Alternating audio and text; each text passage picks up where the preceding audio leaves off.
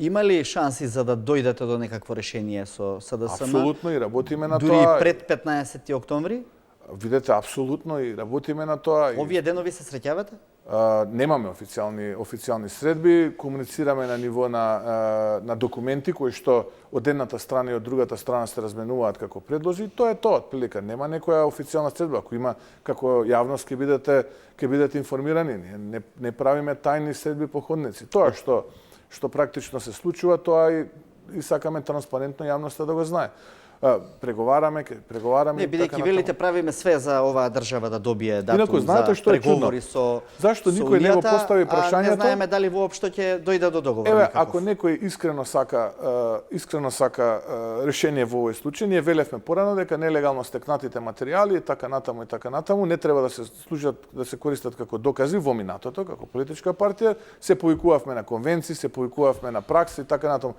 Знаете дека во предлогот кој што е доставен првичниот не се нелегално стекнатите материјали докази? Дали некој го истражил зошто е тоа така? Дали е можеби некој политички договор помеѓу некои други политички елити, а не е со ВМРО да помага? Докази не беа ни претходно, беа индици. Па не би рекол докази. Индици за да може понатаму да се трага по доказите. Не, господин Младен, наистина жалам. Во еклатантни примери и докази, меѓутоа во најголемиот број беа процесуирани како индици од каде што понатаму се трагаше по криминалот. Не, видете, не постои исклучоци во случаевите во доказната постапка, или е доказ или не е доказ. Јас ќе ви кажам и можам да се повикам дури на некои вести од вашата ценета телевизиска куќа, каде што кажувавте дека денеска беа презентирани докази за предметот тој и беа пуштани бомби. Значи, тие бомби кои што беа пуштани беа користени како доказен материјал, не беа како индици, да бидеме прецизни.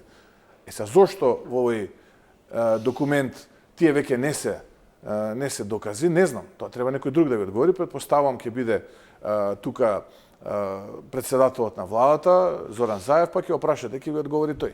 Инаку, кога зборуваме за принципи, ние и тогаш и сега велевме дека нелегално стекнати материјали не може да бидат користени како докази. Како потврда на ова, и она сведочење на господинот Верушевски, кој што вели дека тој како одговорен за безбедноста во СДСМ добивал определени материјали, истите ги доставувал најпрво до тогашниот председател господин Црвенковски, а потоа и до господин Зоран Заев.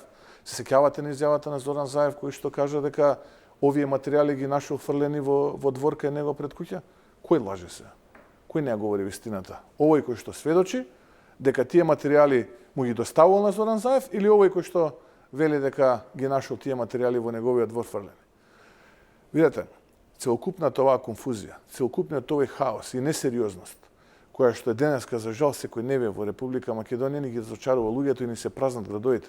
Денеска читав една сторија за нови 6 автобуси од Сарајево, тето како ја напушта. Благодарам за... Или не одговара оваа тема? Не, ја за темата, мораме да ја довршиме ова, тоа е сосема на друг.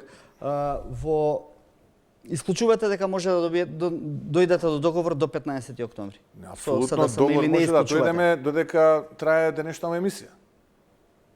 Преговараат некои тамо во... Па видеков како оди размената на предлози.